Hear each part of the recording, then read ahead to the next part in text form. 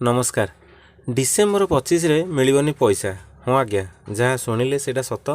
December 25 तारिख में जो पैसा मिलबार थिला सुभद्रा योजना से मिल ना। कौन पाई ना जो सर्वे बर्तमान चली जो हिताधिकारी मानकर पेंडिंग रे रही अंडर प्रोसेस रे रही केवाईसी हो पारि ना से वेरिफिकेशन चली कंप्लीटली एपर्यंत हो पारि ना।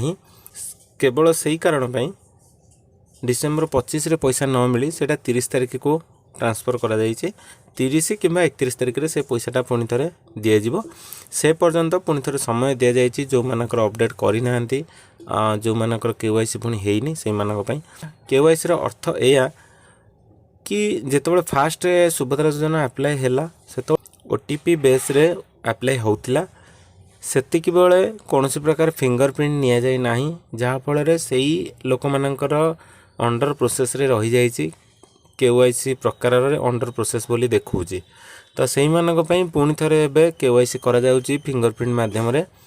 तो आपण मैंने जदि करना आपण मैंने करनियंतु। डिसेम्बर 25 पैसाटा न मिलिकी 31 रे पुणी पैसा मिल जाव से पर्यंत आमको अपेक्षा करने पड़ो।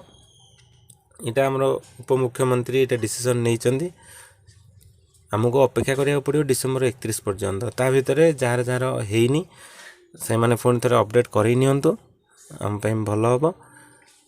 एमती वैल्यूएबल वीडियो पाइबा मो चैनल सहित जोड़ी था। रही नमस्कार।